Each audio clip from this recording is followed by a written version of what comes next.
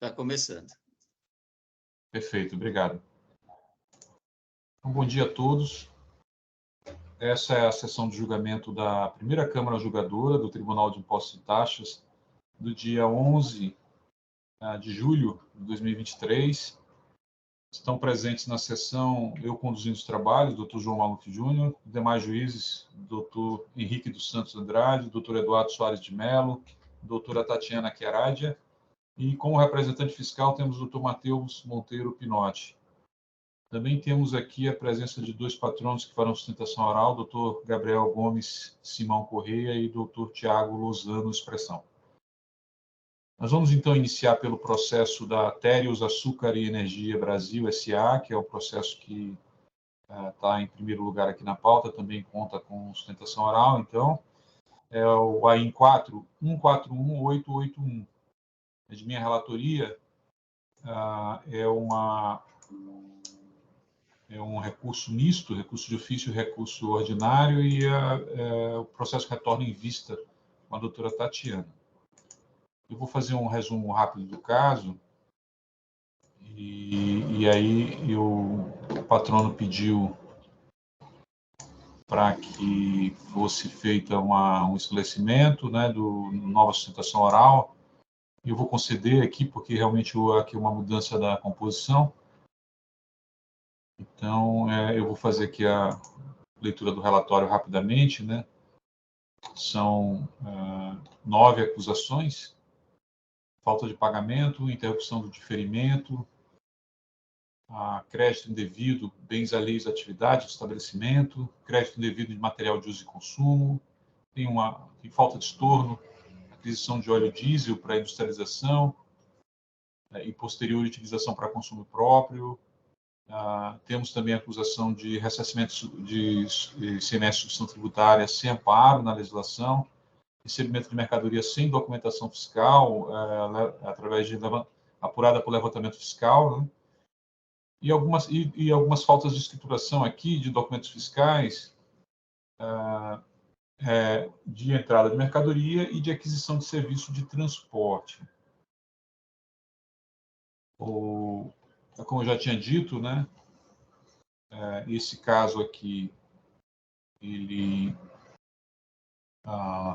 trata de um recurso de ofício, né?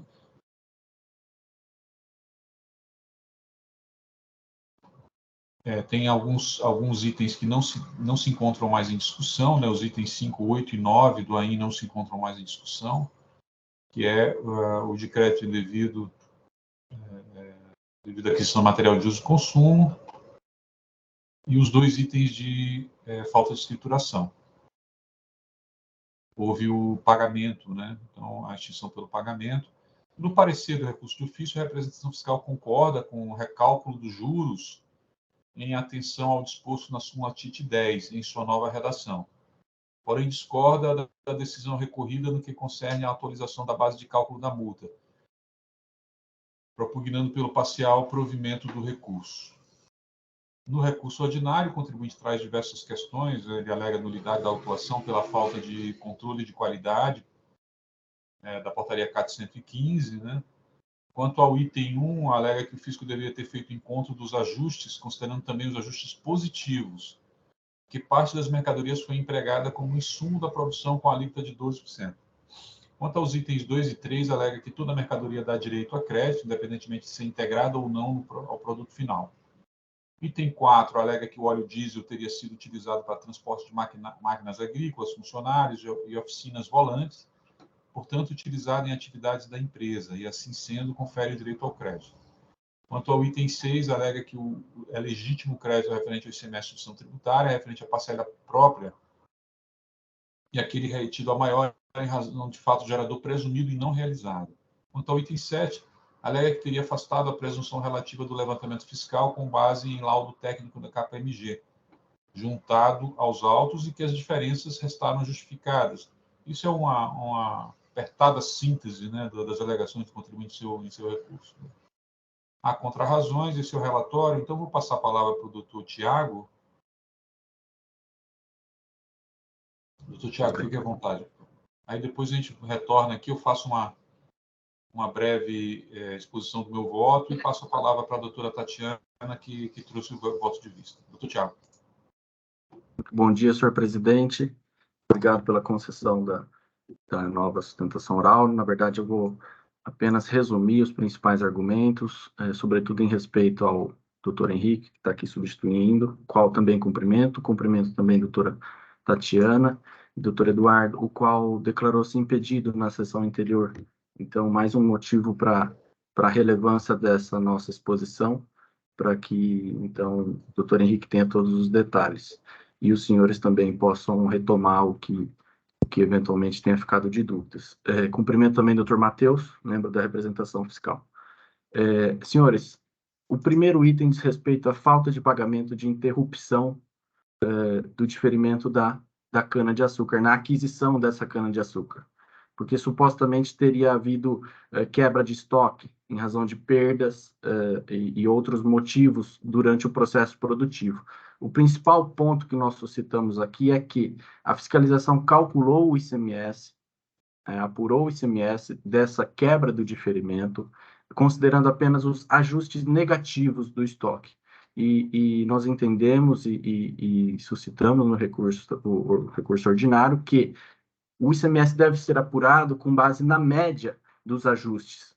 E se o resultado for negativo, aí sim apurar o ICMS sobre isso. Então, deixou-se de considerar os ajustes positivos que a empresa também teve no estoque. Esse é o principal ponto, senhores. Em relação aos itens 2 e 3, que dizem respeito a crédito indevido de bens que estão controlados aí no CIAP, né, bens do ativo imobilizado, do ativo permanente. Então, itens 2 e 3. Eles só se distinguem em razão da classificação. O item 2, a fiscalização incluiu os bens supostamente alheios à atividade, e no item 3, bens que considerou serem de materiais de uso e consumo. Senhores, fato é que nesses grupos, nos dois grupos, nós entendemos que há itens ali, há materiais, enfim, ativos, que de forma alguma podem ser considerados como alheios a atividades. E aqui eu cito apenas 2 exemplos. Nós temos lá camisas de moendas, e moendas nós estamos falando de uma das principais máquinas da usina, da indústria, né, de açúcar e álcool, e camisas são nada mais, nada menos do que ali o que cobre essa moenda, né? São grandes chapas de aço, enfim, e também temos outra denominação, ternos, camisas e ternos, enfim, são parte desse ativo, né? Que integram esse ativo, tá? Então, não podem ser considerados de forma alguma como bens alheios à atividade. Nós temos também computadores de bordo, por exemplo, que são utilizados em tratores. E, em nosso entendimento, de forma alguma também podem ser considerados alheios à atividade ou materiais de uso e consumo, né? Não podem ser considerados como peças de reposição, ainda que adquiridos separadamente do ativo principal no qual eles estão integrados. Por quê? E eu vos explico. O computador de bordo, ele possui uma função autônoma. Ele é um ativo independente, próprio do trator. Você pode ter um trator sem computador de bordo ou com o computador de bordo. O computador de bordo ele tem uma função própria, autônoma, que visa otimizar a agricultura de precisão, enfim, diversas funções. E ele não é uma peça de reposição para aquele trator. Então, assim, esses são apenas 2 exemplos de itens que estão lá glosados. Parto aqui para o item 4, que diz respeito à glosa de créditos de ICMS também, mas em relação à aquisição de óleo diesel. Então, a acusação é deixou-se de fazer o estorno, né?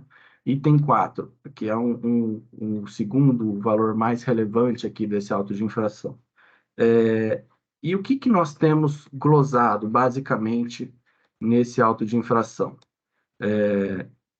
Sendo bem transparente, o fiscal não glosou tudo da atividade do segmento agrícola. Ele fez, sim, uma segregação, tendo supostamente aceito o óleo diesel empregado efetivamente nas colheitadeiras, né? Mas o que ficou glosado E essa tem sido uma prática recorrente da fiscalização. Diversos autos de infração dessa natureza trazem essa glosa. Basicamente, glosou-se o óleo diesel empregado em transporte de combustíveis, e aqui uma atividade essencial para a companhia, porque esses veículos são aqueles que vão abastecer as máquinas no campo, abastecer essas colheitadeiras. Elas não saem da lavoura para ir abastecer no posto da usina, né, distante, às vezes, mais de 100 quilômetros da usina. Então, elas estão trabalhando no campo, elas precisam desse abastecimento. E o óleo diesel utilizado nesse caminhão de transporte de combustível foi integralmente glosado. Outro item glosado, manutenção de vias de acesso.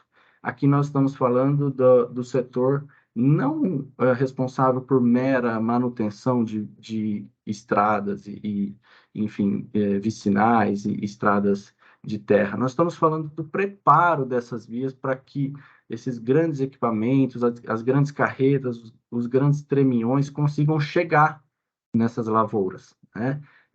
Então, não é uma mera manutenção, é efetivamente preparar aquela área, aquela lavoura, para que possa receber todos os equipamentos da colheita, né?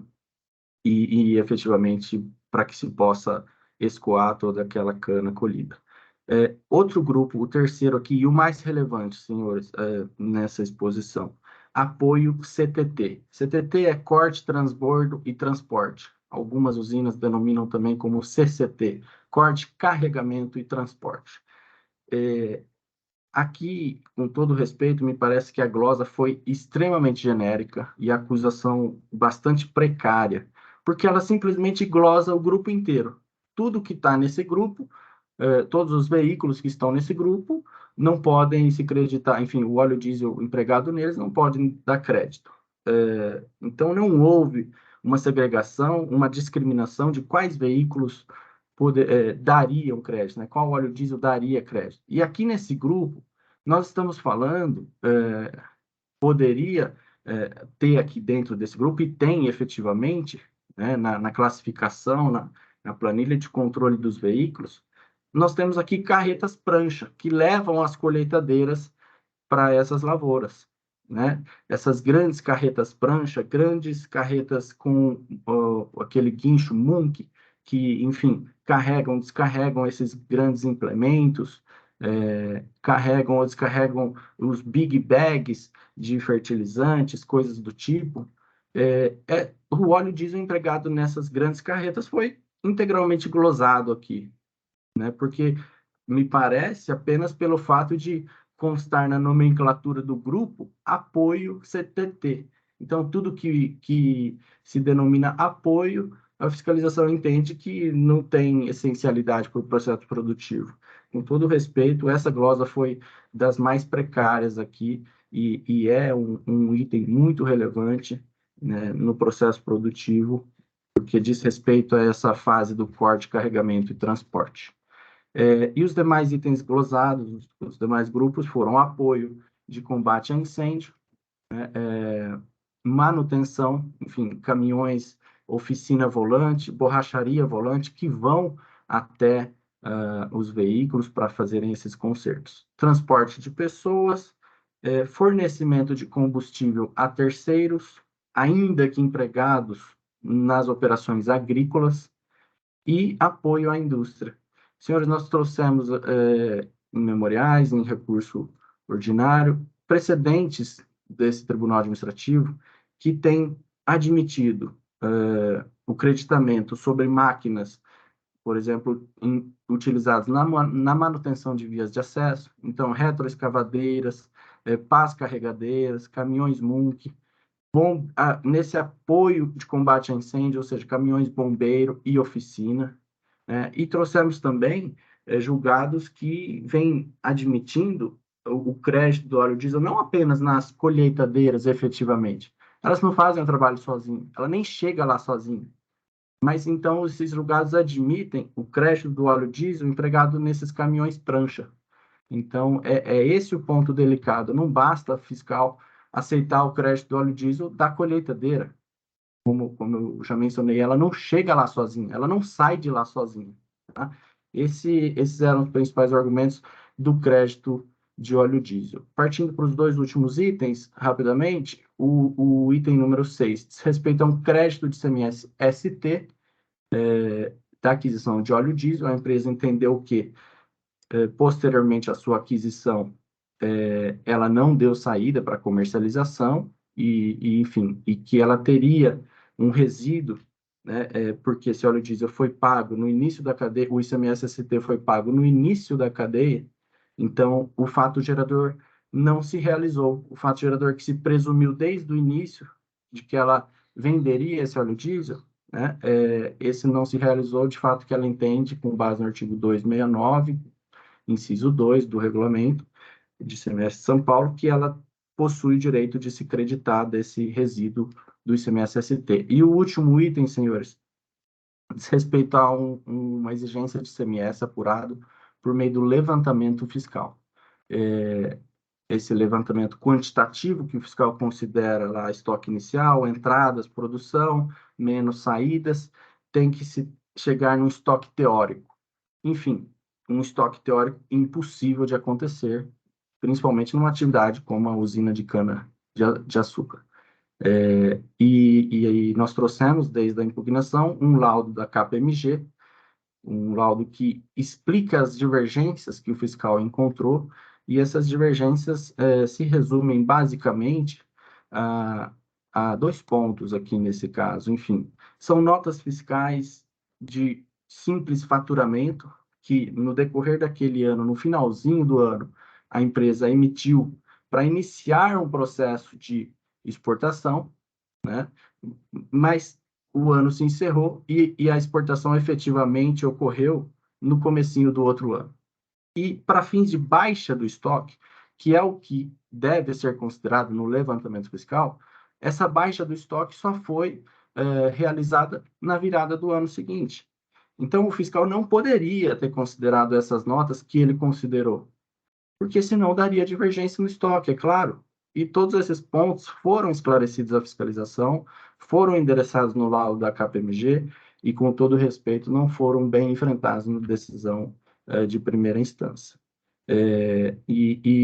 O segundo motivo da divergência diz respeito ali a também uma diferença, né, de datas aí na baixa efetiva do estoque, né, em operações que não eram de exportação, mas a sistemática se repetiu. São notas emitidas, por exemplo, no dia 28 de dezembro de 2017. E a movimentação física ocorreu no dia 6 de janeiro. Então, são essas pequenas divergências de datas, e que o estoque não se baixou no dia da emissão da nota, que gerou essa divergência, que está cobrando nada mais, nada menos do que mais de R$1 milhão de ICMS da empresa, presumindo que ela teria ocultado operações do fisco, que de forma alguma ocorre nesse tipo de situação. Enfim, a empresa é extremamente idônea, mas fato é que todas as usinas têm essas divergências. É impossível de se chegar no estoque teórico que a fiscalização busca, e o que não se pode é autorizar que a fiscalização presuma essa ocultação, essa omissão de operações com base nessa simples conta matemática, né? O artigo 509 do regulamento de ICMS, ele dispõe que devem ser consideradas essas movimentações físicas, mas devem ser consideradas também, e ele tem essa disposição ao final do dispositivo, outros indícios também, outros elementos. E tem um parágrafo que diz ainda que o levantamento ali pode ser revisto, inclusive pelo órgão de julgamento. Então, se identificadas e se esclarecidas as divergências, é o caso, sim, de cancelar ou, ao menos, reduzir essas divergências apuradas pela fiscalização. Senhores, esses eram os principais argumentos. Eu fico à disposição. Obrigado, senhor presidente. Obrigado, doutor Tiago.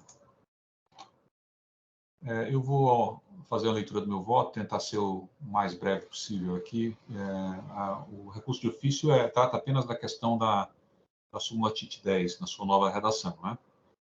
E eu estou concordando com a decisão recorrida. Eu acho que a questão aí de aplicar a súmula TIT 10, ela envolve também, uma vez que a gente está limitando a taxa de juros de mora, então também a gente acaba limitando a atualização do valor básico da multa, né? E a atualização do valor básico da multa se remete a essa taxa de juros de mora como taxa para atualizar o valor básico da multa. Então, há um texto aqui que eu coloquei, né, uma fundamentação, né, que eu coloquei, que já é uma fundamentação que é seguida pela representação fiscal. Então, na época em que foi feito esse parecer de recurso de ofício, ainda havia uma dúvida na representação fiscal, mas agora a representação fiscal ela também concorda, né, com relação a essa questão. Eu acho que isso aqui é uma coisa que está ficando pacífica no tribunal. Então, eu vou pedir licença, né, para passar rapidamente por isso, dizer que o recurso de ofício eu estou conhecendo e negando provimento para aplicar a limitação da taxa de juros de mora à taxa Selic, em todos os efeitos que isso possa trazer, tanto para limitar o cálculo do juros de mora cobrado, como para limitar a atualização do valor básico da multa. Quanto ao recurso ordinário, eu não tenho como fugir, né? Eu vou ter que fazer uma leitura um pouco mais, mas vou tentar ser rápido aqui, né? O recurso ordinário, vamos então primeiro para a questão da portaria CAT 115. Eu não concordo, né? Não concordo mais, né? Houve um tempo que eu imaginava que, embora não implicasse nenhuma nulidade no auto de infração, caso não houvesse um controle de qualidade. Não estou dizendo que isso aqui é o caso dos autos, mas o contribuinte alega que não foi juntado o controle de qualidade, enfim. E eu entendia que isso não implicava nenhuma nulidade do auto de infração, mas teria que ser suprido com uma diligência, né, para juntar esses documentos, né, que comprovam que foi feito o controle de qualidade. Mas agora nem isso eu entendo, agora já faz tempo, né? Eu passei a entender que realmente não traz nenhum efeito, né? Mesmo que inexistisse o controle de qualidade, uma vez que nós já estamos numa fase de controle de qualidade do auto de infração. Então, não há nem o que suprir, né? O próprio contencioso já supre essa questão, né? Então, eu também trouxe aqui de forma já conhecida o posicionamento, então entendo que não há que se falar nulidade nenhuma aí, né? Quanto ao mérito do item 1 o item 1 do AIN, que trata de falta de pagamento de semestre devido em razão de interrupção do diferimento, previsto no regime especial conferido ao contribuinte, uma vez que, em razão de ajustes negativos de estoque de produtos acabados, perdas do processo produtivo e consumo próprio, deu-se a hipótese no inciso 3 do artigo 428 do RICNES. Então, a suspensão e o diferimento de que trata este livro ficam interrompidos, devendo o lançamento do imposto ser efetuado pelo estabelecimento em que ocorrer qualquer outra saída ou evento que impossibilitar o lançamento do imposto no momento expressamente indicado. Então, a constatação acima referida encontra-se plenamente comprovada nos autos, conforme manifestação de folhas tais, e também se apresenta incontrovérsia, tendo em vista que não há alegação recursal em sentido contrário. Então, entre aspas, o anexo 11 resume as interrupções do diferimento previsto no artigo 345 do RICNES. Nas situações ali elencadas, quais sejam o consumo próprio, a perda do produto açúcar e os ajustes negativos no estoque de produtos acabados, os dois primeiros eventos estão evidenciados nos registros do SPED, né?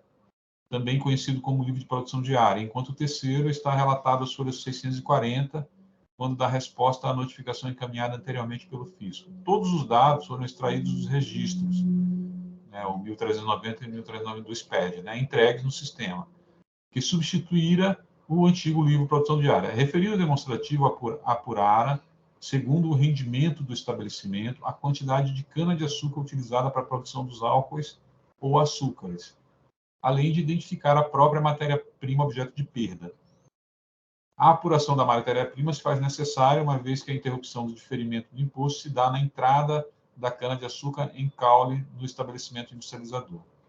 Em seu recurso, o contribuinte concentra suas razões na alegação de que a fiscalização teria deixado de considerar os ajustes positivos de estoque acabado. Sendo assim, necessário que tivesse sido feito o encontro de contas de ajustes negativos e positivos para apurar o saldo final de ajuste dentro do mês e, ao fim, verificar o montante de crédito a ser estornado. Vejamos o recurso ordinário. O contribuinte fala: só há estorno de crédito de ICMS quando o resultado dos ajustes é negativo. Não merece prosperar a R-decisão ao sustentar que o fisco, de fato, considerou apenas os ajustes negativos, pois, nesse caso, a interrupção do diferimento se dá quando da entrada da matéria-prima. Nos ajustes positivos, a interrupção se dará quando da saída das mesmas. É isso que disse a decisão recorrida. Né? Sendo certo que o ilustre AFR deveria ter feito o encontro entre ajustes positivos e negativos no final do mês, para só então verificar a base de cálculo do estorno de crédito e eventual saldo de imposto a pagar. Então, isso é que diz o contribuinte em seu recurso, né? Então, ele entende que deveria ter sido também considerado os ajustes positivos, né? Eventualmente existentes, né? no estoque. Eu digo que não assiste razão à recorrente quanto a tal alegação. Os presentes autos não tratam de eventual falta de estorno de crédito. Então, o contribuinte ele começa alegando: só há estorno de crédito quando o resultado dos ajustes é negativo. Aqui não se trata disso. Os presentes autos não tratam de eventual falta de estorno de crédito, em decorrência de mercadoria que deixou de ter a sua subsequente saída por evento não esperado. Aqui, muito pelo contrário, trata-se de quebra de diferimento referente ao imposto incidente sobre as sucessivas saídas internas de matéria-prima destinada à fabricação de açúcar e álcool, que se encontrava diferido para o momento da saída do estabelecimento industrializador, aqui o autuado, do produto resultante da industrialização dessa matéria-prima, nos termos do artigo 345 do RICMES, combinado com o regime especial concedido ao contribuinte nos termos do processo tal. Portanto, muito pelo contrário do que afirma a recorrente, a infração do item 1 não trata de eventual estorno de crédito na hipótese de ter sido eventualmente não realizada saída subsequente de mercadoria. A infração de falta de estorno desse crédito constitui conduta antijurídica totalmente independente da infração de que trata o item 1 do AIN, e sua eventual existência não está tratada no presente auto de infração. O item 1 do AIN, que trata de ICMS que deixou de ser cobrado em face de diferimento nas saídas de cana-de-açúcar de produtores paulistas anteriores à entrada dessa matéria-prima no estabelecimento do contribuinte, trata, portanto, de hipótese totalmente distinta da alegada pelo contribuinte em seu recurso, de modo que não lhe assiste qualquer razão quanto às equivocadas alegações referentes à suposta necessidade de encontro de ajustes negativos e positivos e de eventual estorno de crédito resultante. Verifica-se dos autos que, em fevereiro de 2017, foram feitos ajustes negativos diretos em contas de produtos acabados, açúcar cristal, o que implica, por si só, que houve o reconhecimento de uma perda de produtos acabados, de modo que tal fato constitui um evento que impede o lançamento do imposto da matéria-prima cana-de-açúcar, ou seja, esse é um imposto do produtor. Não tem nada a ver com o crédito do contribuinte, deste contribuinte. Né? Então, não tem nada a ver com estorno de crédito, então. São coisas diferentes. Então, esse imposto estava diferido. Então, esses ajustes negativos, então, implicam um evento que impede o lançamento desse imposto da matéria-prima de cana-de-açúcar para o momento da saída desses produtos acabados que foram perdidos. Esse imposto das operações anteriores dos produtores de cana-de-açúcar precisa ser, então, cobrado nos termos supracitado artigo 428 do RICMES, ou seja, no momento da interrupção do diferimento pelo estabelecimento em que essa interrupção se deu. Já os ajustes positivos, que ocorrem em razão de erros contábeis, decorrem de eventos totalmente distintos, dissociados dos ajustes negativos, uma vez que estes decorrem de situações fáticas efetivamente ocorridas e não necessariamente de meros erros, tais como posterior consumo próprio e perdas no processo produtivo. Veja que, ainda que assim não fosse, nem mesmo a natureza de tais ajustes positivos foi revelada nos presentes autos pela autuada. que preferiu concentrar-se em questão totalmente aqui incabível referente a eventual infração de falta de estorno de crédito. De fato, desde a impugnação, a única explicação dada pelo contribuinte a respeito da natureza dos ajustes realizados está consubstanciada no seguinte excerto retirado de sua peça impugnatória e repetido ipsilíteris em seu recurso. Ele diz o seguinte: nesse sentido, há fatores como furto, roubo, extravio de mercadorias que resultam em ajustes negativos nos estoques. Como se vê, pouco fala o contribuinte a respeito da natureza dos ajustes negativos e nada fala a respeito da natureza dos positivos. Tampouco o trabalho especial, a análise dos procedimentos relacionados ao AIN 4141881, de autoria da consultoria CaptaMG, que tratou dos itens 1 e 3 do presente AIN, traz qualquer esclarecimento efetivo a respeito da natureza de tais ajustes positivos. De fato, que se vê do referido relatório, além do enfoque sobre questão totalmente alheia aos presentes autos, referente à eventual sistemática de estorno de crédito, como eu já disse, né? É a tentativa de defender que os ajustes positivos e negativos têm a mesma natureza, uma vez que eles decorreriam supostamente podem ter ocorrido no registro da movimentação entre classificações específicas relativas ao fracionamento do produto em embalagens específicas, conforme segue. Então, está aqui falando o parecer, né, da consultoria, né? Ele diz o seguinte: posto isso, interpretando o lançamento realizado pela sociedade, no exemplo acima, percebe-se que o ajuste está para o produto açúcar cristal, produto de fato produzido pela sociedade, ora fracionado em embalagens específicas, nos seus controles internos, de modo a atender às estratégias de suas demandas comerciais. Percebe-se também que os ajustes positivos e os negativos ocorram entre essas classificações, demonstrando que as divergências de estoque podem ter ocorrido no registro da movimentação entre essas classificações específicas, que, ao final, resulta em um ajuste negativo, perda efetiva, ou positivo, sobra, no estoque do produto açúcar cristal. O cálculo do estorno do crédito é realizado pela sociedade, como demonstrado, quando do resultado acima é negativo, perda efetiva. Ora, tal explicação não é convincente. Primeiro porque não afirma categoricamente, mas apenas implica a possibilidade de que tanto ajustes positivos quanto negativos podem ter ocorrido no registro dessa movimentação. Como se vê, a argumentação acima referida é completamente insuficiente para esclarecer a real natureza dos referidos ajustes negativos e positivos, não fornecendo também qualquer prova que pudesse suportá-la. O único fato demonstrado em controverso é o de que foram realizados ajustes negativos que decorrem de perdas no processo produtivo, conforme acima já relatado e demonstrado, com base nos documentos juntados pela fiscalização e com base nas próprias afirmações do contribuinte em suas peças impugnatórias e recursais.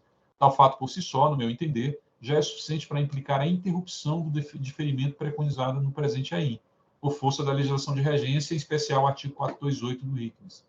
Por outro lado, conforme bem esclarecido pela fiscalização, os ajustes positivos implicam a normal tributação, nos termos do artigo 345, parágrafo 3º do ICMS, do imposto das operações de cana-de-açúcar dos produtores paulistas, que se encontra diferido, ou seja, tal imposto será recolhido pela autuada no momento da saída do produto acabado.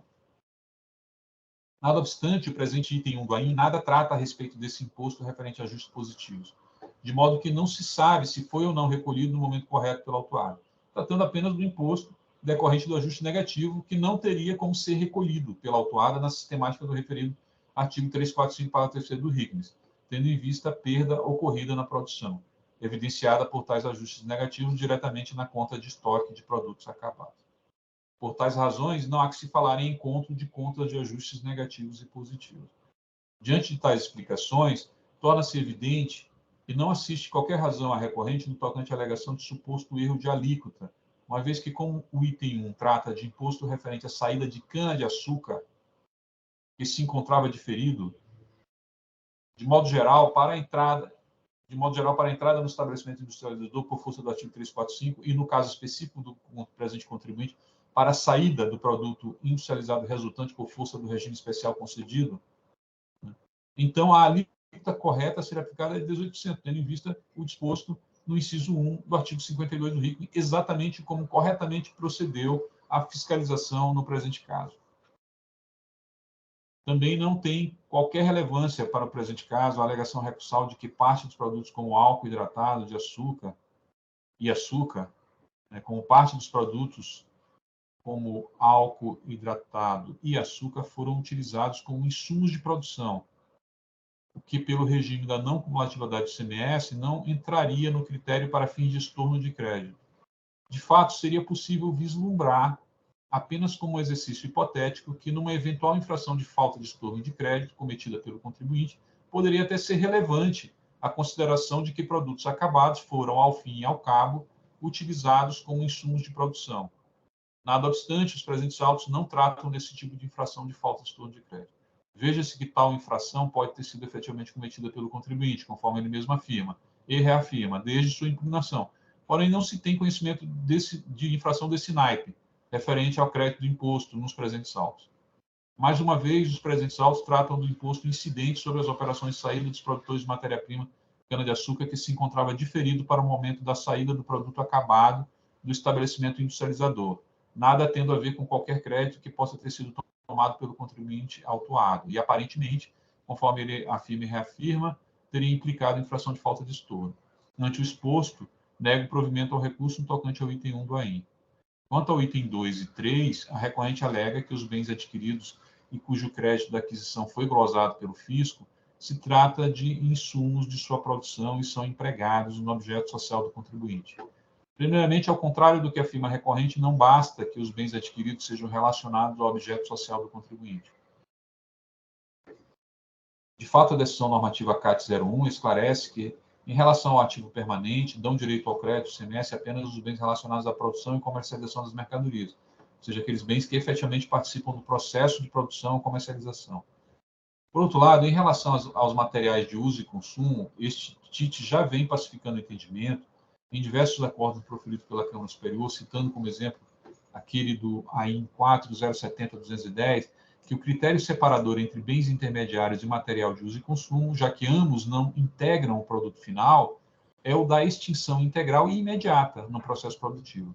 Ou seja, para que seja conferido o direito ao crédito, é necessário que haja um verdadeiro consumo, um verdadeiro desgaste de tais materiais no processo produtivo e não mero desgaste ou deterioração. Veja nesse sentido o trecho da decisão da Câmara Superior no AIN tal, e eu trago aqui então o trecho da decisão. Veja-se que os materiais objeto dos itens 2 e 3 do AIN, conforme planilhas de folhas tais, tratam-se de aparelhos e máquinas em geral, e suas partes e peças, tais como motores, aparelhos GPS, válvulas, medidores, painéis elétricos, transmissores de pressão e de temperatura, computador de bordo, sensores, os quais, ao contrário do que alega a recorrente, pela própria definição de tais elementos, reforçada pela descrição fornecida pela recorrente, evidencia tratarem-se de materiais que não entregam o produto final por ela produzido, nem se consomem imediatamente no processo produtivo. Ademais, o contribuinte não trouxe, nem em sua impugnação, nem em seu presente recurso, qualquer explicação individualizada da efetiva utilização do processo produtivo dos bens acima referidos. Muito menos apresenta qualquer prova que pudesse demonstrar tal fato. Desse modo, tais materiais não dão direito ao crédito, restando, portanto, desprovido o recurso no tocante aos itens 2 e 3 do AIN. Quanto ao item 4, que trata de falta de estorno relativo ao crédito da aquisição de óleo diesel, que foi posteriormente empregado em atividade alheia ao setor produtivo, a recorrente alega que o combustível teria sido utilizado no transporte de máquinas agrícolas, funcionários, oficinas, volantes, portanto, utilizado em atividade da empresa, e assim sendo, conferindo direito ao crédito. De fato, conforme se verifica da manifestação fiscal, o fisco glosou apenas o crédito de óleo diesel não relacionado com as atividades fim do estabelecimento, conforme as provas colacionadas e a própria resposta do contribuinte na notificação. Vejamos. Então, diz o seguinte, a manifestação fiscal: o autuado fora notificado a identificar as quantidades de óleo diesel aplicadas nas atividades da empresa, conforme quadros sintetizados folhas tais, segundo resposta à notificação acima. Veja-se: atividades fim, preparo do solo, manutenção de soqueira, colheita, transporte; atividades meio, manutenção de vias de acesso e outras saídas identificadas. E fornecimento de combustível a terceiros. Dessa forma, o fisco concordara com o creditamento descrito no item A, vez que as atividades estão ligadas à atividade fim ou principal da empresa. Quanto ao item B, glosamos os créditos, uma vez que as quantidades destinadas estão correlacionadas com atividades meio da empresa, como, por exemplo, manutenção de via de acesso, combate a incêndio, apoio à manutenção, Quanto ao item C, o estorno de crédito se tornará nítido, pois o insumo foi direcionado a fornecedores de cana e veículos pertencentes a terceiros, ou seja, o insumo fora utilizado por estes e não pelo contribuinte. Então, fecha aspas aí da manifestação fiscal. Então, claro está que as atividades de manutenção de vias de acesso, o combate ao incêndio e o apoio à manutenção de máquinas e equipamentos não estão diretamente relacionados com a produção e comercialização de açúcar e álcool. E, evidentemente, o fornecimento de combustível a terceiro, muito menos pode ser enquadrado nessa categoria.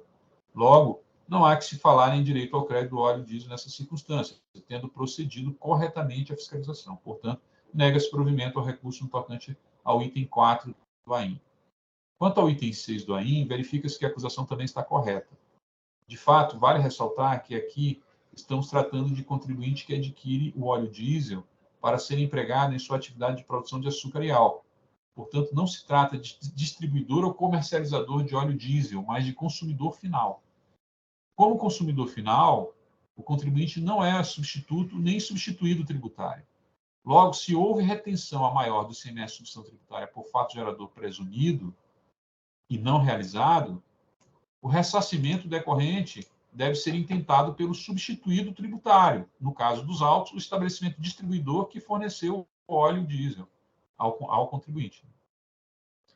De fato, o substituto tributário, a refinaria, reteve o ICMS de substituição tributária com a base de cálculo correspondente ao preço máximo ao consumidor final, que compra o óleo diesel do posto de combustível. De modo que, como a distribuidora vendeu diretamente à autuada o óleo diesel por um preço inferior àquele que o consumidor supostamente compraria na bomba de combustível, preço esse estabelecido pela própria Cefaz, então quem tem direito ao ressarcimento é a própria distribuidora, que no caso é o substituído tributário.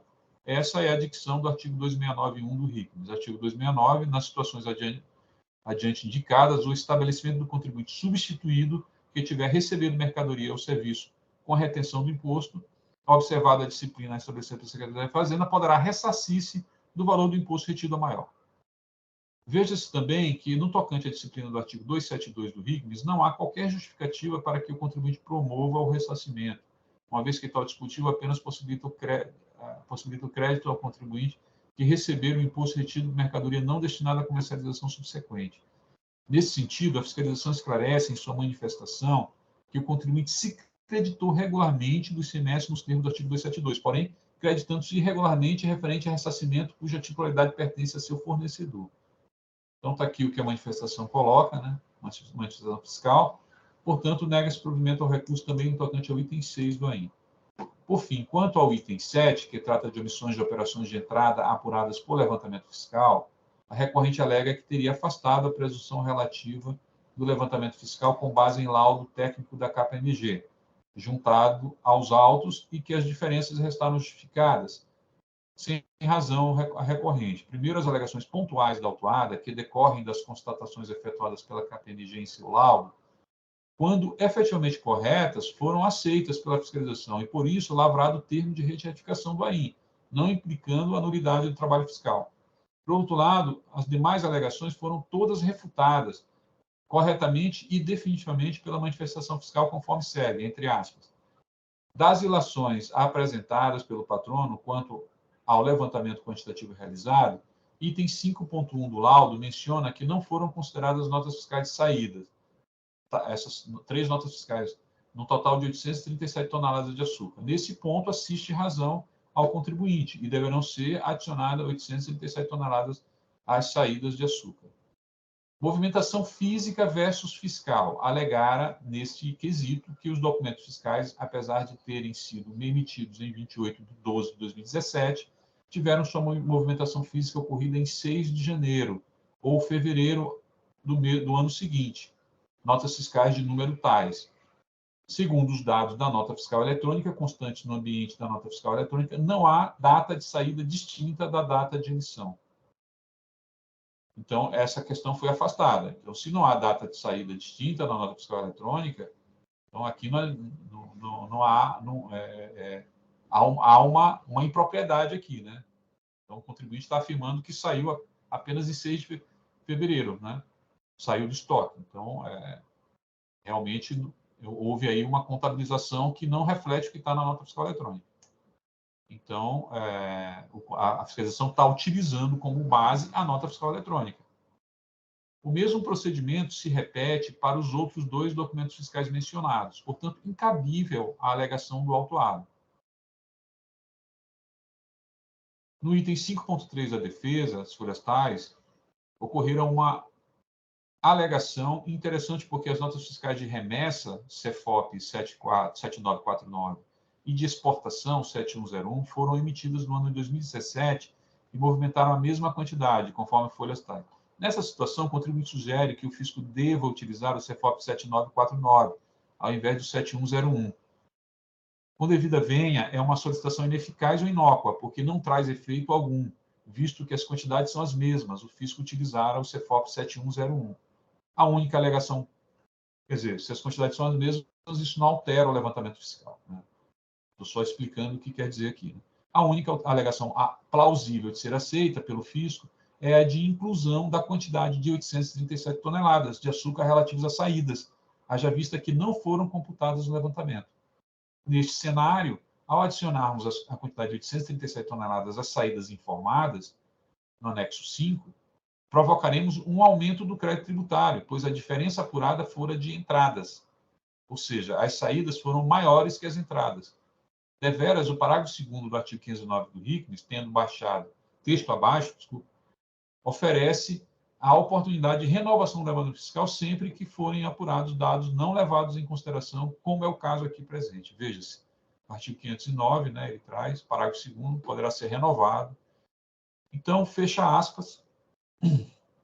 De fato, está claro e evidente pelas explicações postas na manifestação fiscal que não há prova de nota fiscal com data de saída diferente da data de emissão, bem como não há qualquer efeito no levantamento fiscal a utilização de CEFOP tal no lugar do outro CEFOP. Porém, no tocante às 3 notas fiscais que deixaram de ser levadas em conta no levantamento fiscal, além de ter sido reconhecido pela fiscalização efetivamente corrigido ainda nesse ponto, tal fato em nada prejudica a acusação, já que, como bem ressaltado na manifestação fiscal, o levantamento fiscal poderá ser renovado sempre que forem apurados dados não levados em conta quando de sua elaboração, não implicando tal fato a nulidade ou imprestabilidade do trabalho fiscal, não havendo qualquer prejuízo ao contribuinte, tendo sido devolvido o prazo para a apresentação de defesa. Portanto, nego o provimento ao recurso no tocante ao item 7. Antes custo, eu conheço, nego o provimento ao recurso de ofício, e conheço e nego o provimento ao recurso ordinário, foi como eu votei. Então, acho que foi interessante, porque é um caso difícil, Foi interessante ler o voto, Porque é um caso difícil. E para deixar mais claro, então, vou passar aqui a palavra para a doutora Tatiana, que trará o seu voto de vista. Doutora Tatiana. Obrigada, doutor João. Sigo na leitura do meu voto. De início, adoto o relatório elaborado pelo ilustre relator, porém, apenas com relação aos itens 1 e 4 do auto questionados no julgamento do recurso ordinário, com todo o respeito, ouso divergir do seu entendimento. Com relação ao item 1, o item 1 exige semestre do ano de 17 sob o entendimento de que a autoridade fiscal, no entendimento de que teria ocorrido interrupção do diferimento previsto no artigo 345, parágrafo 3º, combinado com os artigos 428, inciso 3, 430, inciso 1 do regulamento, em virtude da realização de ajustes negativos no estoque de produtos acabados. De acordo com a recorrente, são realizados ajustes no seu inventário para controle de produção, por meio de auditorias independentes que identificam variações quantitativas, positivas e negativas nos armazéns, silos, depósitos e demais locais onde as mercadorias ficam armazenadas. Essas variações quantitativas são registradas por meio de documentos e, ao final, nos livros diário e razão, além dos reflexos nos registros 1390 e 1391 do SPED fiscal. A recorrente esclareceu que, em 2017, foram realizados ajustes de inventário, os quais, conforme descrito no laudo técnico elaborado pela KPMG, juntado às folhas 9692 e 9703, não foram considerados no curso da fiscalização, que ignorou o resultado dos ajustes da mesma conta-razão. Diante disso, constata-se erros na metodologia de cálculo utilizada pela fiscalização para avaliação dessa suposta interrupção do diferimento, que modificam substancialmente os valores apurados na autuação. A exemplo, os valores do estorno de crédito de ICMS impactam diretamente na apuração do imposto devido ou não, na interrupção do diferimento do cana-de-açúcar. Ora, é fato inequívoco que a fiscalização desconsiderou por completo em sua avaliação os ajustes positivos do período, considerando tão somente os ajustes negativos, que isoladamente não excluem fatos como roubo, furto, extravios de mercadorias sofridos no curso da manutenção dos estoques, interferindo na avaliação dos encontros de contas. Isso, diversamente do que entendeu o ilustre relator, acaba por desprezar o ajuste no saldo contábil do estoque realizado e que a recorrente possui documentos internos para comprovar essa movimentação. Somado a isso, constata-se que, com base no laudo pericial juntado aos autos, nos seus itens 4.1 e 4.3, ainda houve erro da douta autoridade fiscal na apuração da base de cálculo do estorno do crédito sobre o consumo próprio, a respeito do álcool hidratado e açúcar que foram utilizados no insumo de produção, e na alíquota do etanol aplicada, 18%, sendo a correta 12%, o que também impacta na apuração do imposto do saldo do tributo a ser recolhido. Por isso, entendo, com todo respeito ao ilustre voto proferido pelo relator nestes autos, que a cobrança do item 1 do auto não pode prosseguir tal como lavrado, sendo necessário que o feito retorne à douta autoridade fiscal para que considere os ajustes positivos do período, a fim de constatar de fato se há existência de interrupção do diferimento, considerando ainda os produtos utilizados como insumo na produção e a alíquota correta do etanol, conforme detalhado no laudo pericial de folhas 9692-9703. Com relação ao item 4, o item 4 se refere à falta de estorno de crédito ICMS na aquisição de óleo diesel não relacionado à atividade, fim do estabelecimento relativos às atividades de manutenção das vias de acesso, combate ao incêndio e apoio à manutenção de máquinas e equipamentos. De acordo com a recorrente, essas atividades são, em sua essência, relacionadas ao processo produtivo, considerando o plantio de cana-de-açúcar por os tratores e as pás, as carregadeiras, as colhedoras e demais veículos agrícolas nos quais o óleo diesel foi empregado, não podem ser dirigidos até a zona de plantio e colheita. Ora, analisando as fotos e a identificação dos respectivos veículos, constata-se que se referem a veículos agrícolas que são essenciais ao processo produtivo, assim como os veículos que transportam os profissionais até a área de trabalho nas usinas e os que realizam a sua manutenção nas borracharias e oficinas volantes, sem os quais o processo da produtivo não consegue ser concluído. Assim dispõe a decisão normativa CAT 01 de 2001. E aí eu transcrevo um trecho da consultoria que entende que, com fundamento no artigo 20 da Lei Complementar 8796, dão direito a crédito os bens relacionados à produção ou comercialização de mercadorias, quando se tratar dos chamados bens instrumentais, que corresponde aos bens que participem no estabelecimento no processo de industrialização ou comercialização de mercadorias ou prestação de serviços. Conforme se pode observar, a decisão normativa CAT 01 disciplina que o combustível, no caso concreto aqui, o óleo diesel, pode ser classificado como uma espécie de insumo, que é utilizado na movimentação dos insumos ou mercadorias empregados em automotores que contribuem na atividade industrial e comercial ou prestação de serviços pelo contribuinte. Ora, é exatamente o caso dos autos, onde o óleo diesel foi empregado em veículos que transportam profissionais e materiais no curso do processo, como demonstram as imagens juntadas às folhas 10.700 e 10.701. Desta forma, considerando o princípio da não cumulatividade do ICMS, entendo diversamente do que constou o ilustre voto do relator, que o óleo diesel empregado nestes veículos não impõe o estorno dos créditos, padecendo de motivação à autuação fiscal. Então, diante de todo o exposto, com todo o respeito, divirjo das conclusões do voto proferido pelo ilustre relator, apenas com relação aos itens 1 e 4 do auto de infração, conheço do recurso ordinário, lhe dou parcial provimento para determinar o retorno do processo à douta autoridade fiscal para que ela considere os ajustes positivos do período, a fim de constatar de fato a existência de interrupção do diferimento, considerando ainda os produtos utilizados como os insumos na produção e a alíquota correta do etanol, conforme detalhado no laudo da KPMG, e o cancelamento do item 4 do auto de infração. É como voto.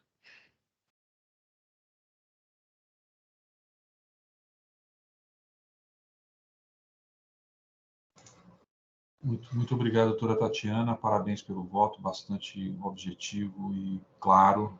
Né? Eu entendi muito bem o seu posicionamento. Eu vou pedir licença aqui para manter o meu voto. Né? Eu tenho um entendimento diferente e parabenizo pelo seu voto. Muito obrigado. Eu vou, então, acho que o doutor Eduardo está impedido, né? se declarou impedido. Então, vamos abrir o debate. Temos, então, aqui só... Sim, perfeito, doutor Eduardo. Temos, então, aqui que ouvir a palavra só do doutor Henrique, não é isso? Doutor Henrique, eu abrindo os debates aqui, passo a palavra para o doutor. Primeiramente, parabenizar os votos do presidente e da doutora Tatiana. Dá para a gente sopesar bastante as coisas. Contudo, eu vou também na linha do presidente, porque eu discordo da alíquota de 12%, que seria da quebra do diferimento, realmente é na entrada. A gente não está falando de crédito. E no segundo item, a gente tem a parte da discussão sobre o que é realmente utilizado direto ou indiretamente. A gente tem ali coisas que são nitidamente não utilizadas diretamente. Então, só antecipando, eu vou votar conforme o voto do presidente. Obrigado.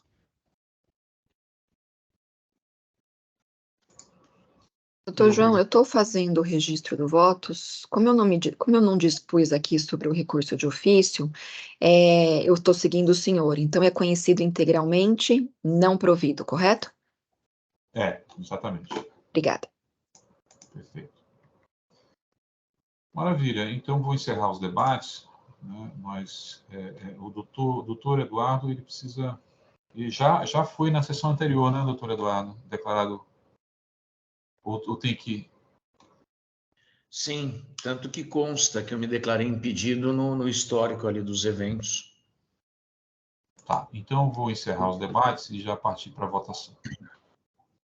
A doutora, meu voto é um recurso ordinário conhecido e integralmente não provido e recurso de ofício conhecido integralmente não provido. A doutora Tatiana trouxe um voto conhecendo o recurso ordinário e provendo parcialmente em relação aos itens 1 e 4 do AIM, e o recurso de ofício acompanha, conhecendo integralmente e não provendo.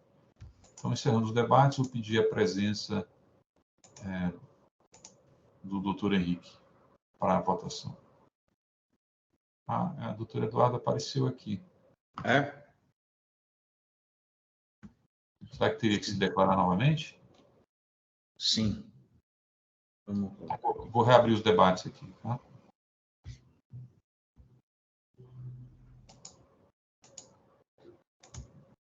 Me declarei impedido novamente, presidente.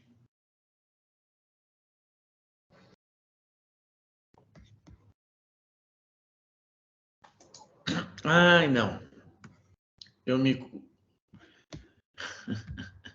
Presidente, Sim.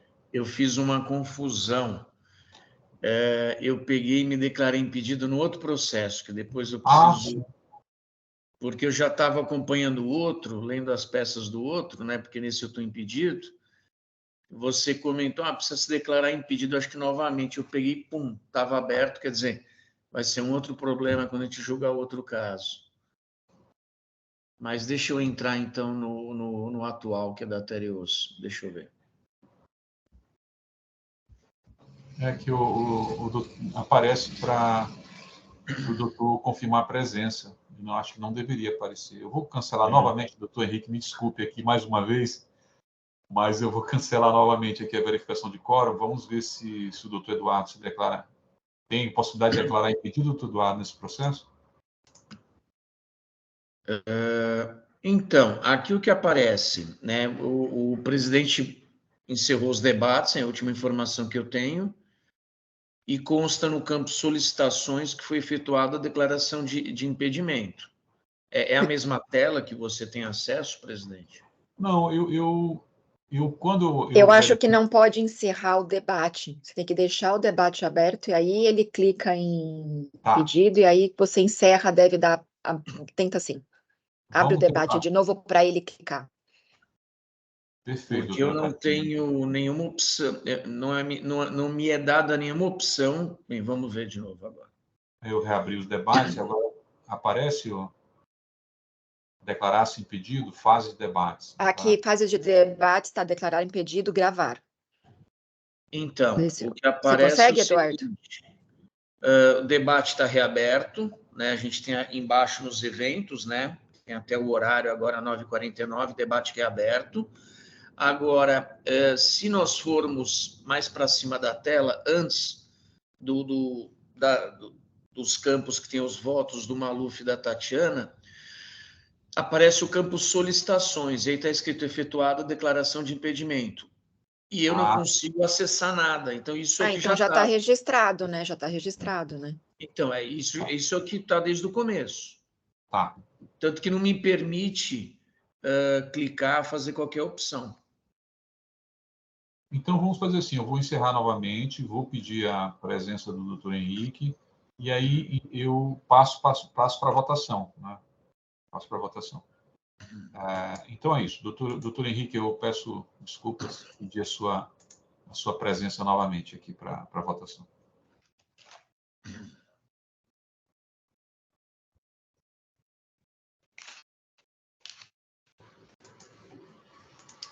Iniciando votação.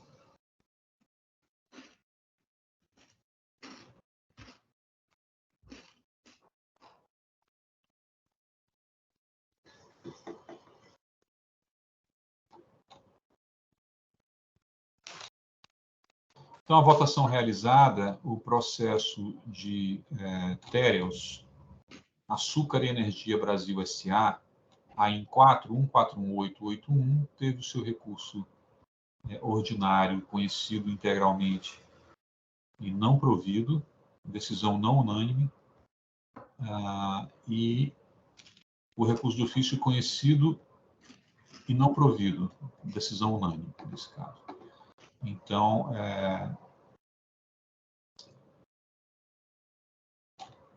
vamos então encerrar essa votação. Eu agradeço aqui a presença do doutor Tiago. Um bom dia, doutor Tiago. Muito bom dia, senhor presidente. Bom dia a todos. Uma ótima sessão.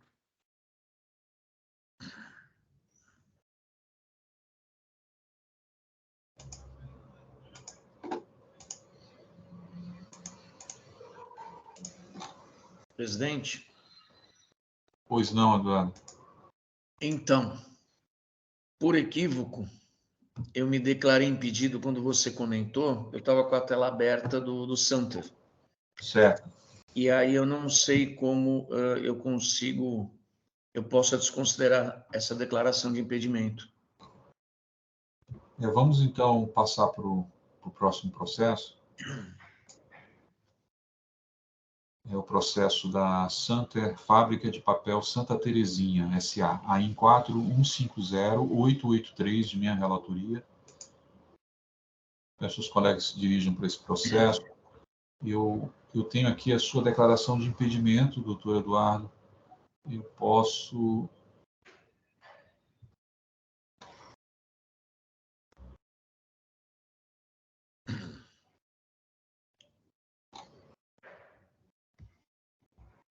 Eu não imagino que o sistema impossibilite, num equívoco como esse, desconsiderar a declaração, né? Agora eu não sei como fazê-lo.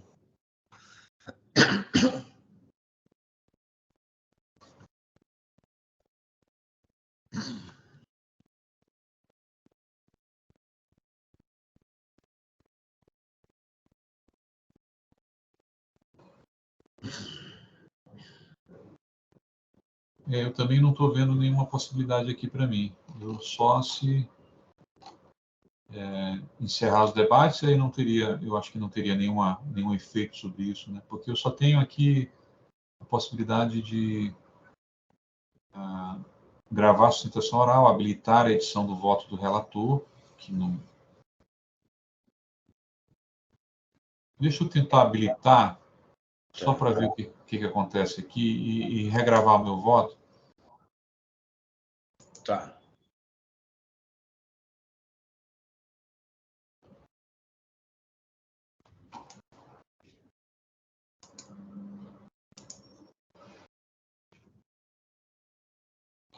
Não, porque continua a sua declaração de impedido aqui. Eu indaguei, não sei se o Hélio sabe, tem alguma noção, acabei de perguntar para ele, estou esperando um retorno.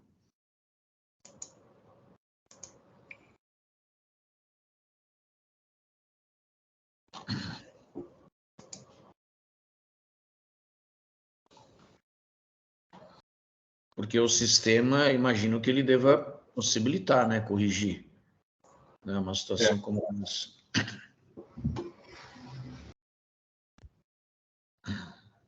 Vamos fazer o seguinte, vamos fazer, como temos uma sustentação oral, Tá. fazer a leitura do relatório, passamos a palavra para o doutor Gabriel fazer a sustentação oral, né? E aguardamos aí como é que a gente faz para que o doutor possa participar do julgamento, nesse caso. Tá.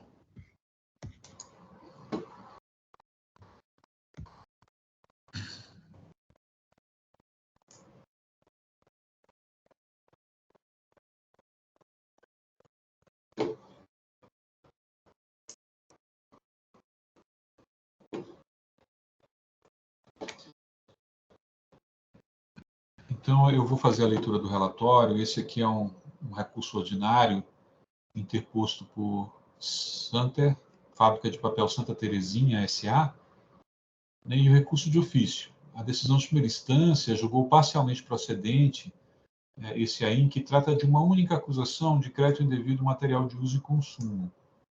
A decisão de primeira instância, ela entendeu que alguns produtos, como eletrodos e outros, não, por conta da própria redação da decisão normativa CAT 01/2001, esses produtos são considerados como insumos, né? Então, ela entendeu que, de fato, aí o contribuinte teria direito ao crédito e para o restante dos produtos, ela entendeu que se tratava de realmente material de uso e consumo e ainda não teria essa possibilidade. Então, no final das contas, a questão de mérito é uma questão igual, né, nos dois recursos, né? Os dois recursos tratam da mesma questão, então, no mérito, eu vou tratar dos dois recursos conjuntamente, né, no final. Apenas pontuar aqui que o contribuinte traz algumas alegações de nulidade do AIM por ausência de análise da Comissão de Controle de Qualidade, por inobservância da Lei Complementar 1320 de 2018, referente ao Programa da Conformidade Fiscal, e também porque teria havido falta de motivação e provas para a lavratura do AIM, né? Alega também a decadência desse crédito, nos termos do artigo 150, parágrafo 4º do CTN, e alega a legitimidade dos créditos, uma vez que os produtos têm a natureza de insumos ou foram destinados ao ativo imobilizado. Também trata da questão da multa, né, alegando que é uma multa abusiva, que fere os princípios da proporcionalidade, da razoabilidade, e, por fim, pede a limitação dos juros de mora à taxa Selic. Então, esse é o relatório. Eu vou passar a palavra para o doutor Gabriel. Doutor Gabriel. Bom dia a todos. Inicialmente, eu gostaria de cumprimentar o presidente e relator do caso, doutor João Maluf, o doutor Eduardo, a doutora Tatiana, o doutor Henrique e o doutor Matheus. Bom, de início, antes de se adentrar ao mérito do presente recurso, eu gostaria de chamar a atenção, como bem pontuado pelo ilustre relator, a respeito de uma das nulidades levantadas em recurso ordinário, sendo ela a falta de motivação e provas do auto de infração. O fundamento para tal nulidade ele decorre de uma leitura do relato infracional em relação ao dispositivo supostamente infringido segundo a fiscalização. Analisando o relato infracional, percebe-se que a conduta que a fiscalização autuou ela se relaciona a mercadorias que estariam destinadas ao uso e consumo da recorrente, os quais teriam dado o ensejo ao crédito tributário aqui discutido. No entanto, após a descrição fática, a fiscalização elenca o artigo 61, parágrafo 3º do regulamento do ICMS, o qual dispõe sobre a compensação do crédito de ICMS. Nesse sentido aqui, não há uma subsunção aos fatos à hipótese normativa, não restando preenchidos os pressupostos da regra matriz de incidência tributária. Vale dizer aqui que eventual alteração para fins de adequação da conduta à hipótese normativa correta configura uma infringência aos artigos 146 e 149, ambos do Código Tributário. E outro ponto, a fiscalização também não trouxe provas ou materiais que seriam utilizados para fins de uso e consumo de modo que, em razão da vasta quantidade de produtos, uma análise detalhada de cada um deles tornaria de difícil realização nessa sustentação oral. Mas, de todo modo, nota-se a ausência dos elementos necessários para fins do lançamento do crédito do lançamento tributário. No entanto, caso seja descaracterizada a presença da nulidade destacada, há outros dois fundamentos que merecem atenção dessa Câmara Julgadora. O primeiro deles diz respeito à decadência. E aqui não se busca definir ou estabelecer os parâmetros desse instituto, mas apenas tão somente demonstrar a sua ocorrência. E, de início, não se desconhece a disposição da súmula 9 do Tribunal de Impostos e Taxas de São Paulo, onde, nas situações decorrentes de escrituração indevida de crédito CMS, deve ser aplicado a disposição do artigo 173, inciso 1º do CTN. No entanto, merece destaque que a referida súmula ela foi editada anteriormente a dois marcos relevantes. Primeiro, diz respeito ao entendimento do Superior Tribunal de Justiça, no sentido de aplicação do artigo 150, nos casos de crédito indevido, entendimento firmado em sede de repetitivo. E o segundo, que foi antes, ao CPC de 2015, que trata seu artigo 15 da aplicação subsidiária exclusiva das normas desse código aos processos administrativos. Considerando esses momentos mencionados e incide a aplicação do artigo 150, parágrafo 4º no presente caso, e para demonstrar isso, destaca-se o seguinte: o auto de infração ele versa de uma acusação de crédito de ICMS de maio de 2017. No entanto, em folha 71, a recorrente foi cientificada apenas em 7 de outubro de 2022. Nestes termos, o lançamento ele poderia ser restringido apenas a fatos ocorridos a partir de 7 de outubro de 2017. E tal racional é decorrente da incidência do artigo 150, parágrafo 4º do CTN, uma vez que o ICMS está sujeito ao lançamento por homologação e o fisco possui o prazo de lançamento fiscal de 5 anos contados do evento ocorrido. Portanto, entende-se que, no caso, há a incidência dos efeitos da decadência. No entanto, caso também não se entenda pela decadência do presente caso, há um último ponto, o qual corresponde ao cerne da autuação. O relato infracional, como já destacado, ele trata de um crédito de ICMS decorrente de operações de entrada de mercadorias destinado ao uso e consumo do próprio estabelecimento, onde posteriormente foi demonstrado que se tratou, na verdade, de um crédito temporâneo. E aqui deve-se reiterar que os créditos apropriados pela recorrente, conforme demonstrado em sede de defesa, têm origem na aquisição de matéria-prima, material intermediário, e foram escriturados temporariamente nos termos permitidos pela legislação vigente. E, nesse ponto, a discussão que percorre a matéria decorre do enunciado previsto na decisão normativa CAT 1 de 2001, a qual disciplina, de modo exemplificativo, os materiais que permitem o crédito do imposto. A norma aqui analisada, ela demonstra que o creditamento ele é vedado nos casos em que a mercadoria não se relaciona à atividade do estabelecimento. Nesse sentido, a mercadoria utilizada deve ter relação direta, se ela deve participar do processo produtivo para fins de tomada de crédito pelo contribuinte, sendo consumida durante o referido processo, não apenas desintegrar na sua totalidade. E um ponto que merece atenção na própria decisão recorrida é o seu item 37, onde a decisão recorrida demonstra que a decisão normativa CAT elenca de forma exemplificativa os materiais que estariam permitindo o direito ao crédito, mas em seguida considera a norma como taxativa. Aqui vale relembrar, esclarecer que a recorrente juntou durante até o momento do presente processo administrativo uma planilha descritiva dos materiais de folhas 30 a 35, um parecer jurídico em folhas 114 a 153, onde é demonstrada a plausibilidade do direito ao crédito de ICMS, e uma outra planilha com produtos que foram os objetos dos créditos, em folhas 154 a 159, evidenciando, mais uma vez, a natureza de matéria-prima, o produto intermediário.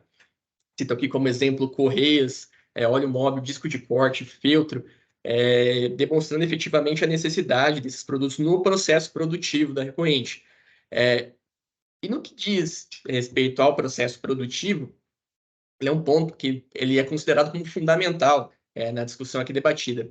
Chama a atenção aqui que os materiais analisados, né, no presente caso, e até mesmo os constantes na decisão normativa CAT, eles merecem ser analisados de acordo com a atividade da recorrente.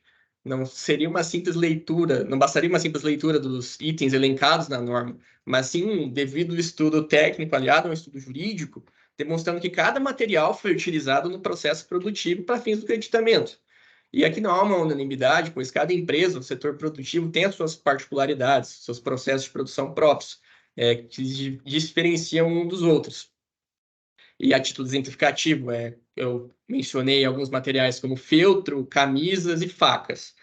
Para uma indústria como a recorrente, que ela é destinada ao ramo do papel, a utilização desses materiais é fundamental. Por exemplo, uma colação de tela, no caso de uma camisa, um suporte de umidade, no caso do feltro, e diversos tipos de corte, dependendo do tipo da faca que será empregada. Então, essas mercadorias e atividades, elas estão vinculadas à atividade comercial da recorrente.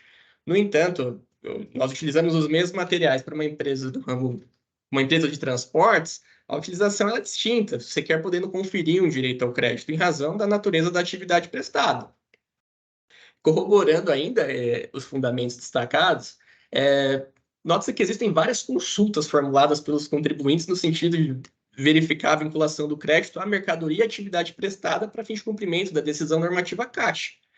E, no entanto, a decisão recorrida, como bem apontado pelo relator, ela somente confere o crédito em relação aos elétrodos, discos de corte, rebolos, desbaste e cloreto de sódio, não analisando pormenorizadamente cada material utilizado pela recorrente. Ora, se a decisão normativa ela elenca de forma exemplificativa os produtos que podem ser objeto de creditamento, tais produtos precisam estar relacionados à atividade do estabelecimento. O contribuinte elencou diversos documentos, como foi mencionado, para fins de cumprimento da disposição da decisão normativa CAT, relacionando a mercadoria às suas atividades, não haveria que se falar em creditamento indevido, haja visto o estrito cumprimento da disposição normativa. Eram esses os fundamentos que eu gostaria de ter levantado na presente sustentação oral, de modo que requer-se conhecimento e provimento do recurso ordinário da recorrente, de modo que a apelação seja cancelada em sua totalidade. No entanto, requer subsidiariamente, caso não se entenda da forma como foi requerida, a conversão do julgamento em diligência, de modo que sejam analisados todos os produtos trazidos pela recorrente, uma vez que foram elencados documentos técnicos suficientes para elencar os produtos da atividade exercida para fins de creditamento nos termos da decisão normativa CAT. Eram esses os pontos que eu gostaria de levantar. Obrigado pelo tempo que me foi concedido e eu fico à disposição. Muito obrigado, doutor Gabriel. Parabéns pela sustentação oral, bem clara, completa. A matéria é bem conhecida, né, do tribunal. E, apesar disso, não deixa de ainda ser uma matéria polêmica e complexa, né? Eu adianto aqui aos colegas que meu entendimento ele vai no sentido de que o critério para considerar como insumo da produção é o critério da extinção integral e imediata do processo produtivo. Eu tenho pensado assim e até hoje não consegui me convencer do contrário e adoto essa tese até por coerência, né? Coerência com os meus julgados aí de anos e mais anos e mais anos. Mas a matéria é muito complicada, né? A leitura da decisão normativa CAT 01 de 2001 e a da antiga 02 de 82, né? Realmente, e as outras demais tratam da matéria, enfim, muitas consultas, respostas da consultoria tributária, enfim, tudo isso realmente traz uma dificuldade grande de interpretação, e essa questão que o doutor colocou é uma questão que eu entendo, né? Ela realmente são produtos que efetivamente são materiais que efetivamente eles participam da produção. Não tenho dúvida. Mas dentro desse critério do crédito físico, né, chamado critério do crédito físico, eles eles ficam então fora, né, da ideia de que são insumos, né? porque não se consomem, eles não integram o produto e não se consomem de forma integral e imediata, né, nessa produção. Então, eu adianto, então, aos colegas que eu vou discordar aqui da posição do contribuinte nesse ponto e vou negar o provimento ao recurso. Eu vou fazer a leitura do voto, tentar ser o mais breve possível, mas eu quero só fazer uma pergunta antes. O doutor Matheus. Doutor Matheus, no caso anterior, a gente não era controversa a questão do recurso de ofício, né? Então, acabou que eu não franqueei a palavra representação fiscal. Eu não sei se eu fiz corretamente, né? Mas peço desculpas por qualquer coisa, doutor.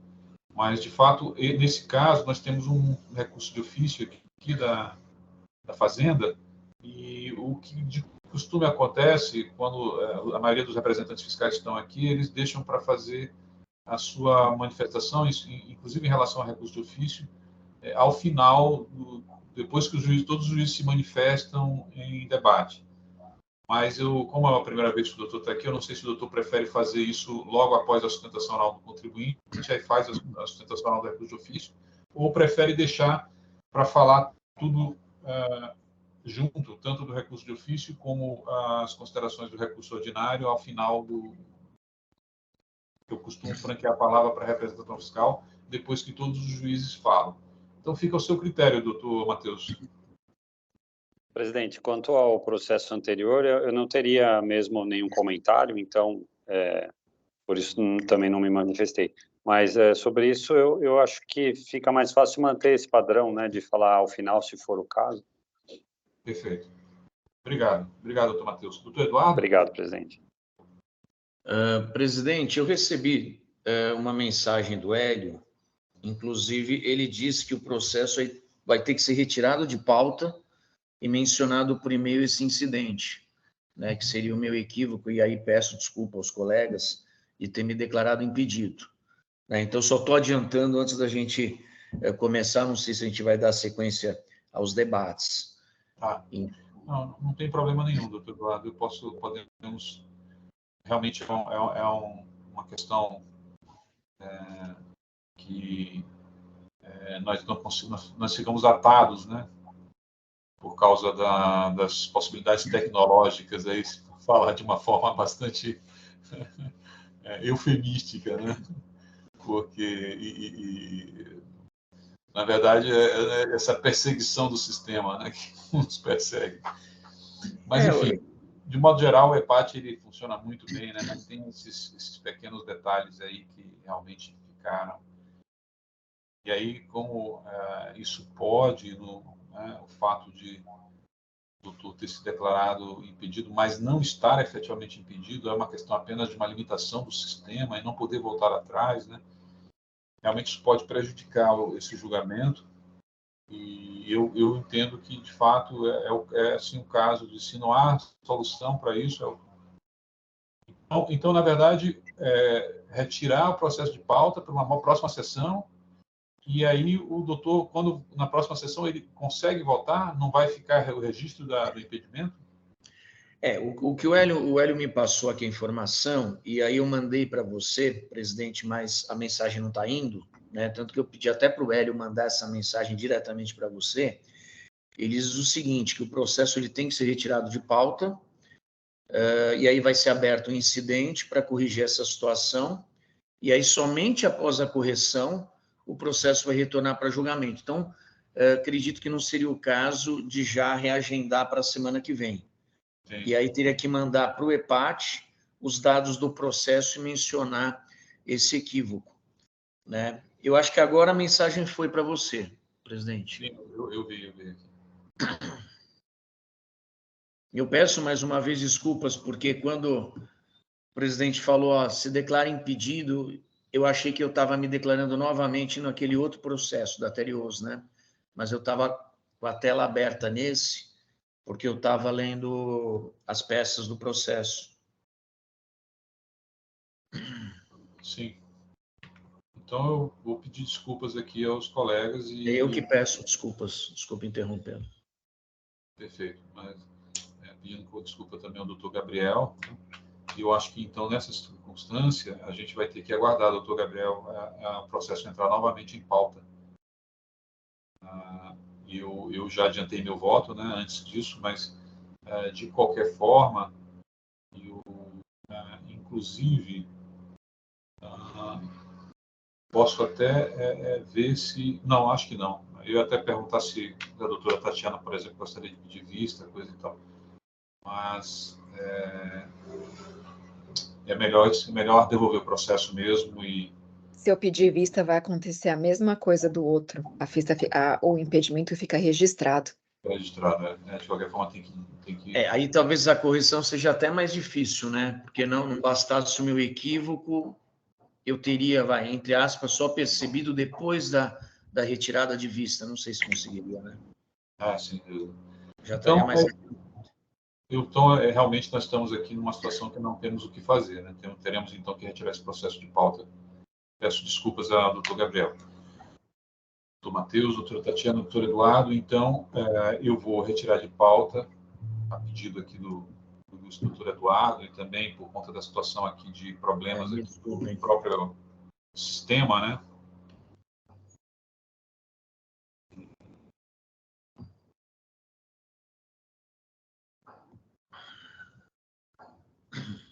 Presidente, com licença, em relação à sustentação oral, será permitido realizar novamente? Como acabou já tendo meio que o início do voto do senhor, então ficou um pouco confuso essa questão. Ou vai ser reiniciado do início mesmo o julgamento? Eu acho que você que está falando, Eduardo, que eu acho que... Oi, presidente.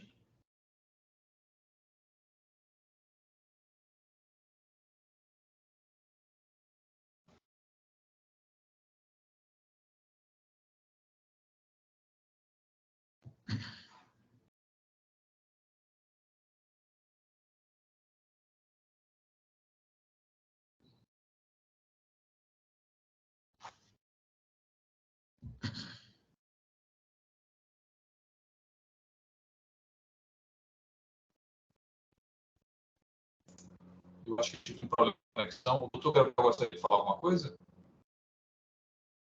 Presidente, eu perguntei a respeito da sustentação oral, como que ficaria a situação se reiniciaria do início, tendo em vista que o senhor já começou o voto do senhor também.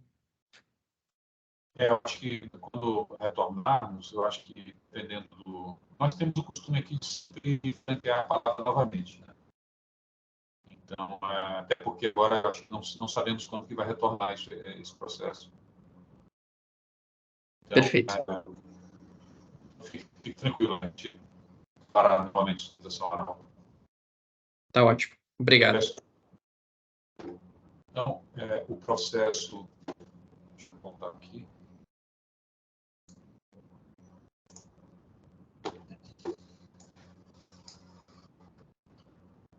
Processo de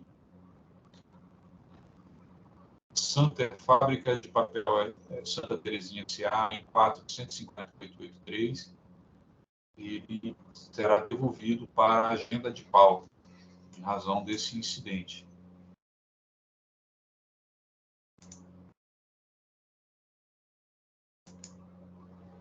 Perfeito. Obrigado, presidente. Demais, eu peço licença para me retirar da sessão.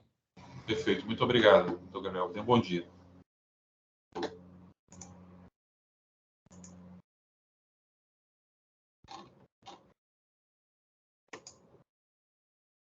Então, esse foi nosso último processo. Eu vou, então, fazer aqui, incluir um despacho. Já vou agradecer a participação de todos na sessão de hoje. Obrigado, doutor Matheus. Prazer tê-lo aqui. Seja sempre bem-vindo. E também o doutor Henrique, né? Que já esteve, já fizemos Câmara outras vezes. Muito obrigado. E agradecer também a presença do doutor Eduardo, doutora Tatiana. Eu desejar uma boa semana a todos. Nós ainda temos mais uma sessão de julgamento, acredito, né? Antes do recesso, que será uma semana só, né? Porque nós acabamos, não pega 2 sessões. Serão 2 semanas? Acho que pega 2 sessões. Eu li ontem na agenda, acho que pega. É? Ah, tá. Mas ainda temos uma próxima sessão, né? Sim. Então, boa semana a todos. Vou passar a palavra para cada um. Doutora Tatiana. Enquanto isso, eu faço aqui as... Agradeço aqui a participação de todos, parabenizo mais uma vez o voto do Dr. João, né, a leitura extensa, detalhada, analisando os pormenores dos fatos e das provas produzidas nos casos. Agradeço a todos pela participação e até a próxima sessão. Boa semana.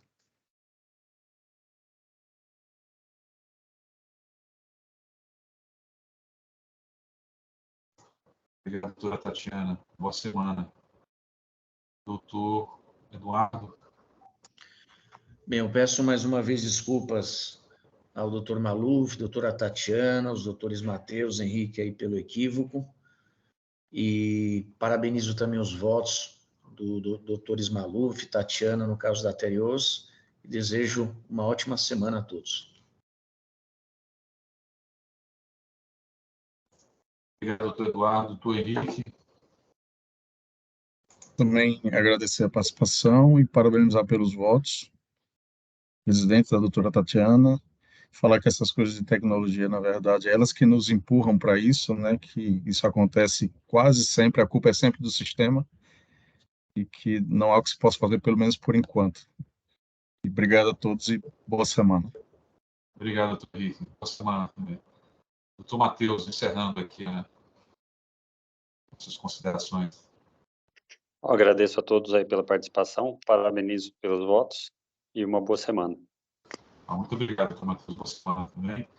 Então é isso, essa foi a sessão de julgamento da primeira Câmara Julgadora do Tribunal de Impostos e Taxas, dia 11 de julho de 2023.